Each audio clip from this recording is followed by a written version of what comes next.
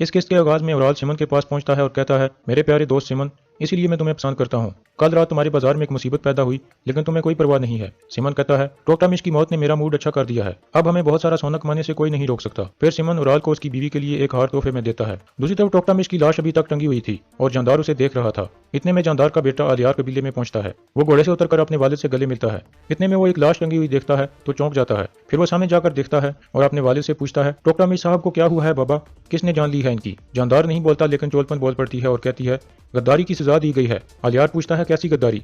जानदार कहता है, कल इसने मुझे और तुम्हारे भाई को मारने की कोशिश की थी। आलियार कहता है, लेकिन क्यों बाबा, वो तो आपके भाइयों की तरह थे। जानदार कहता है, बदकिस्मती से मुझे अपने भाई की गद्दारी देखनी पड़ी है बेटा।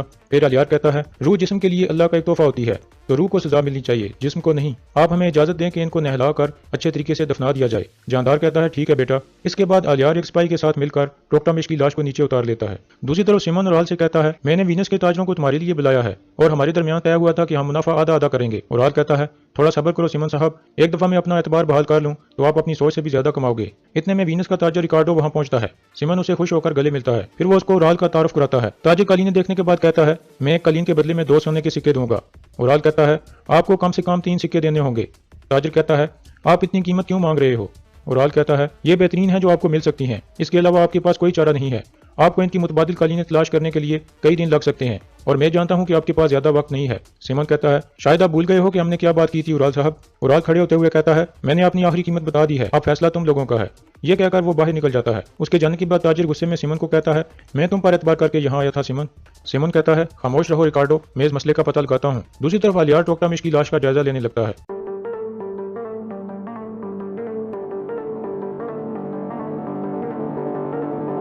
इतना ज्यादा जमा हुआ खून, खूनी आंखें,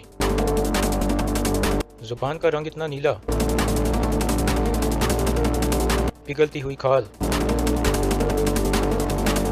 क्या पिला दिया है उन्होंने? दूसरी तरफ दुमरल बेस बदल कर बाजार में पहुंच गया था और अतुल भी अपने साथियों के साथ कालीने लेकर पहुंच गया था। अतुल नीचे उतरकर असलहान के पास आता है। असलहान कहती है, आप कालीने लाए हो, वीनस वाले ताजर अंदर आए हुए हैं, मेरे भाई के साथ उनका सौदा नहीं हो सका, आप अपनी कालीने बेच सकते हो अगर आप एक कालीन की कीमत 3 सिक्कों से कम रखो। अतुल कहता है, बहुत शुक्रिया असलहान खातून। इसके बाद अतुल अंदर पहुंच जाता है। सिमन कहता है, खैर है अतुल साहब। अतुल कहता है, मेरे पास 100 कालीने हैं जो मेरे कबीले की औरतों ने तैयार की हैं, मैं इनको बेचना चाहता हूँ। ये सुनकर ताजिर खुश हो जाता है और कहता है, इनको खुदा ने भेजा है, देखो सिमन, खुदा हमारे साथ है। दूसरी तरफ दुमरल त्रिस्तन का पीछा कर रहा था, लेकिन त्रिस्तन समझ जाता है। फिर वो दूसरी दुकान पर जाकर सिमन के खास ताजिर को दुमरल की तरफ इशारा करता है। इस तरह वो ताजिर उठकर दुमरल का पीछा करने लगता है। एक जगह उसने कुछ आदमियों को भिखारियों के रूप में बिठाया हुआ था। वो उनको इशारा करता है तो वो सब दुमरल के आगे पीछे होकर उसे रोक लेते हैं। इतने में त्रिस्तन एक दुकान में दाखिल होकर दुमरल की आंखों से ओझल हो जाता है। फिर वो ताजिर आकर उन आदमियों को पीछे हटाता है और दुमरल से पूछता है, खैर है मुसलमान, क्या कोई मसला है आपको? कोई मदद तो नहीं चाहिए आपको? दुमरल कहता है, नहीं कोई मसला नहीं है मुझे। ये कहकर वो आगे बढ़ जाता है। दूसरी तरफ अतुल ताजिर को अपनी कालीनें दिखाने लगता है। इस दौरान सिमन जानबूझकर उससे टकरा जाता है और कहता है, आप मेरी सोच से भी ज्यादा तेज निकले हो अतुल साहब, लेकिन ये मत भूलो मेरे बाजार के कुछ कवानीन हैं, हर बिकने वाली चीज का 10वां हिस्सा मेरा होता है। अतुल कहता है, मैं जानता हूँ। फिर ताजिर कालीनें देखने के बाद सिमन के कान में कहता है, ये कालीनें बेहतरीन मेयार की हैं सिमन, मैंने पहले कभी ऐसी कालीनें नहीं देखी। मैं वीनस में एक कालीन को कम से कम 30 सिक्कों के बदले में बेच सकता हूँ। फिर सिमन अतुल से पूछता है, आप इन कालीनों के बदले में कितने सिक्के लोगे? अतुल कहता है, एक कालीन के बदले में 3 सोने के सिक्के और 100 कालीनों के 300। ताजिर कहता है, इनकी कीमत 300 सिक्के क्यों होनी चाहिए तुर्क? अतुल कहता है, क्योंकि ये मेरे कबीले की औरतों ने अपने हाथों से तैयार की हैं और ये बेचने के लिए नहीं बनाई गई थी, बल्कि बेटियों की शादी के तोहफे के लिए तैयार की गई थी। ताजिर कहता है, मैंने अपनी जिंदगी में पहली दफा इतनी बेहतरीन कालीनें देखी हैं, लेकिन इस कीमत में मुझे बहुत कम मुनाफा होगा। इसके अलावा मैंने ये कॉन्स्टेंटोनिया लेकर जानी है और आप जानते हो चोर डाकू भी हर तरफ हैं। अतुल कहता है, मेरे सिपाही आपको सही सलामत कॉन्स्टेंटोनिया में पहुंचा देंगे, अगर आपके माल को कोई भी नुकसान हुआ तो मैं जिम्मेदार हूंगा। ताजिर कहता है, ठीक है तुर्क, हमारा मायदा हो गया। फिर वो अपने आदमी को सोना लाने का इशारा करता है। उसका आदमी 100 सिक्कों की 3 पोटलियां मेज पर रख देता है। अतुल तीनों पोटलियां खोलकर सिक्के मेज पर डाल देता है। इतने में सिमन अपने हाथ पर थूक कर आगे करता है। अतुल कहता है, मैं बाजार के कानून का पाबंद हूँ, 10वां हिस्सा आपका। अतुल उसे हाथ नहीं मिलाता और कुछ सिक्के उठाकर उसके हाथ पर रख देता है।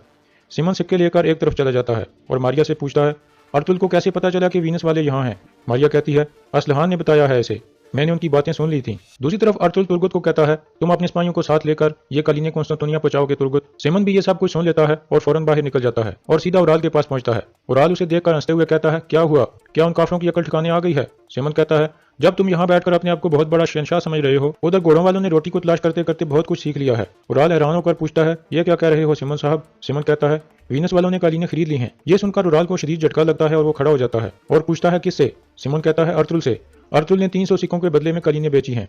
मुझे तो उतना ही मुनाफा मिल गया है जितना तुमसे मिलना था। उराल पूछता है, अर्तुल को वीनस वालों का कैसे पता चला? सिमन कहता है, तुम्हारी बहन असलान ने बताया था इसे। ये सुनकर उराल मजीद परेशान हो जाता है। फिर सिमन कहता है, अर्तुल ने यह भी कहा है कि वो तुर्गत अल्प की हिफाजत में कलीनें कॉन्स्टेंटिनोपिया पहुंचाएगा। अगर माल को नुकसान पहुंचा तो अर्तुल इसका जिम्मेदार होगा। दूसरी तरफ अर्तुल हाजातुरियन को कुछ सिक्के देकर कहता है, आपको जो औजार चाहिए वो बाजार से खरीद लो। इतने में एक तरफ से उराल आ जाता है और अर्तुल को कहता है, मैंने सुना है आपने सारी कलीनें बेच दी हैं अर्तुल साहब। बहादुरी के साथ साथ ताजरी की महारत भी दिखाई है आपने। अर्तुल कहता है, मैंने भी सुना है जो आपने कहा है, कलीनें अच्छी कीमत में बिक गई हैं। फिर उराल कहता है, मुझे मुकाबला पसंद है। मुकाबले वाला मुखालिफ इंसान को जिंदा रखता है। तुम्हारी वजह से मैं और ज्यादा जिंदा और ज्यादा बहादुर हो जाऊंगा। इसके बाद अर्तुल बात को मजीद आगे नहीं बढ़ाता और कहता है, मैं चलता हूँ। अर्तुल के जाने के बाद उराल का खास आदमी उसके पास आकर कहता है, क्या हमें इनको मजा चुकाना चाहिए? फिर उराल कहता है, यह एक मिसाली सजा होगी बातुहान। अर्तुल के तमाम सिपाहियों को कुर्बान कर दो और कलीनों को जला डालो। इनके जानवरों को जिंदा जला दो। बातुहान पूछता है, क्या इन्हें पता चलना चाहिए कि ये हमने किया है? उराल कहता है, नहीं, इंतकाम लेने की चाहत उसे जिंदा खा जाएगी। दूसरी तरफ अर्तुल के सिपाही गंदम की बोरियां लाद रहे थे। इतने में मारिया वहां आ जाती है और तुर्गत को कहती है, आज तो आप बड़े अच्छे मूड में लग रहे हो। तुर्गत पूछता है, ये दोनों कौन है? मारिया कहती है, ये ताजिर के आदमी हैं और आपके साथ जाएंगे। फिर मारिया तुर्गत के पास आकर कहती है, आपकी मेहमान नवाजी करके मुझे बहुत अच्छा लगेगा। उसके जाने के बाद बामसी तुर्गत को छेड़ते हुए कहता है, ये तुम्हारे साथ क्या करना चाहती है? मुझे समझ नहीं आई। फिर धुंधार कहता है, ये वाजह है कि तुर्गत अल्प ने उस औरत का दिमाग घुमा दिया है। तुर्गत गुस्से में आकर कहता है, ये सही नहीं है धुंधार। फिर हाजातुरियन भी अपने मतलूबा औजार खरीद कर वहां ले आता है। इतने में अर्तुल भी वहां पहुंचता है। धुंधार कहता है, हमने सारी गंदम लाद ली है और अब हम जाने के लिए तैयार हैं भाई। फिर तुर्गत कहता है, और कलीनें भी लाद ली हैं, इसलिए हम भी कॉन्स्टेंटिनोपिया रवाना होने के लिए तैयार हैं। फिर अर्तुल तुर्गत के गले मिलता है और कहता है, तुम्हारा सफर महफूज हो तुर्गत।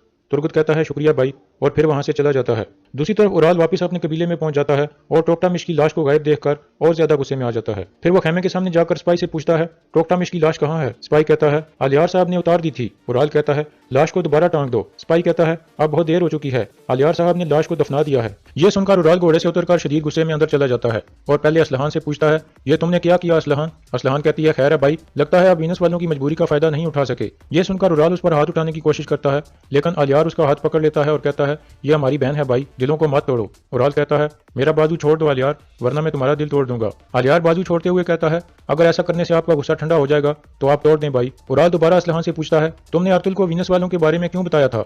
असलहान कहती है, कलीनें आपके लालच की वजह से नहीं बिक सकी, ये आपकी जिम्मेदारी है। यह सुनकर उराल दोबारा उस पर हाथ उठाने की कोशिश करता है, लेकिन आलियार दोबारा उसका हाथ पकड़ लेता है और कहता है, भाई बहुत हो गया, आप होश में आओ।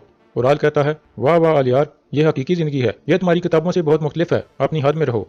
इतने में उनका वालिद अंदर दाखिल होता है और गुस्से से कहता है, क्या हो रहा है यहाँ? उराल कहता है, मैं असलहान की वजह से कलीनें नहीं बेच सका बाबा। असलहान कहती है, आपने कलीनों की कीमत ज्यादा मांगी थी और अब अपनी गलती मेरे ऊपर डाल रहे हैं। जानदार कहता है, क्या ये सच है उराल? उराल कहता है, मैंने सौदाबाजी के लिए ऐसा किया था बाबा, लेकिन असलहान ने अर्तुल को बता दिया कि वीनस वाले कलीनें खरीदना चाहते हैं, जिसके बाद उन्होंने सारी कलीनें अर्तुल से खरीद लीं। जानदार कहता है, तुम ऐसा कैसे कर सकती हो असलहान? कितनी ज्यादा मुश्किलात से हमने कलीनें तैयार की थीं। यह बहुत बुरा हुआ असलहान, शर्म है तुम्हारे ऊपर। यह सुनकर असलहान परेशान हो जाती है। फिर उराल कहता है, अब से मैं असलहान को अपने साथ बाजार नहीं लेकर जाऊंगा बाबा, या तो मेरी बीवी चोलपन जाएगी या फिर यह कारोबार मेरी बजाय आप किसी और को हाथ में दे दें। यह कहकर वो बाहर निकल जाता है। बाहर आकर उराल अपनी बीवी से कहता है, बेशक मुझे 100 सिक्कों का नुकसान हुआ, लेकिन असलहान से छुटकारा मिल गया। इसके बाद वो खेमे में जाकर कहता है, वीनस वाले मुझे ढेर सारा सोना देने वाले थे, लेकिन अर्तुल ने काम खराब कर दिया, अब उसकी कलीनें जल जाएंगी और वो मकरूज हो जाएगा। मैंने उस चरवाहे को कहा था कि वापस चले जाओ, लेकिन उसने नहीं सुना। दूसरी तरफ अर्तुल ढेर सारी गंदम की बोरियां लेकर अपने कबीले में पहुंच जाता है। लोग बहुत ज्यादा खुश हो जाते हैं और पुरजोशी से उनका इस्तकबाल करते हैं। फिर सिपाही गंदम की बोरियां उतारने लगते हैं। गुंदुस भी भागकर अर्तुल के पास आता है। अर्तुल उसे उठाकर अपने घोड़े पर बैठा लेता है। फिर आयमा खातून भी अर्तुल को खुश आमदीद कहती हैं और फिर कहती हैं, अब से हमारा कबीला सुकून में आ जाएगा। फिर अर्तुल साहब से मुखातिब होकर कहता है, अल्लाह का शुक्र है कि हमारा कबीला हमेशा से ज्यादा खुशहाल हो गया है। हमारे पास हर किसी के लिए काफी गंदम आ गई है। अल्लाह हमारे ऊपर ये खुशहाली कायम रखे। कबीले के लोग अर्तुल जिंदाबाद के नारे लगाने लगते हैं। दूसरी तरफ तुर्गत और उसके चंद सिपाही कलीनें लेकर रात को एक जगह रुक जाते हैं। एक सिपाही आकर कहता है, हम आराम करने के लिए तैयार हैं तुर्गत साहब। तुर्गत कहता है, ठीक है, एक वक्त में 2 आदमी सो जाओ और 2 जाकर हिफाजत करो और अपनी आंखें खुली रखना, चीजें बहुत कीमती हैं। दूसरी तरफ अर्तुल एक नक्शा देखकर अपने साथियों को बताता है कि हम जिस जगह पर हैं ये बहुत खतरनाक इलाका है, लेकिन जो भी इस सरहद वाली लाइन पर कंट्रोल हासिल कर लेगा, इन जमीनों का मुस्तकबिल उसी के हाथ में होगा। अगर आपने हमारा YouTube चैनल सब्सक्राइब नहीं किया तो सब्सक्राइब करें, बेल आइकन पर जरूर क्लिक करें।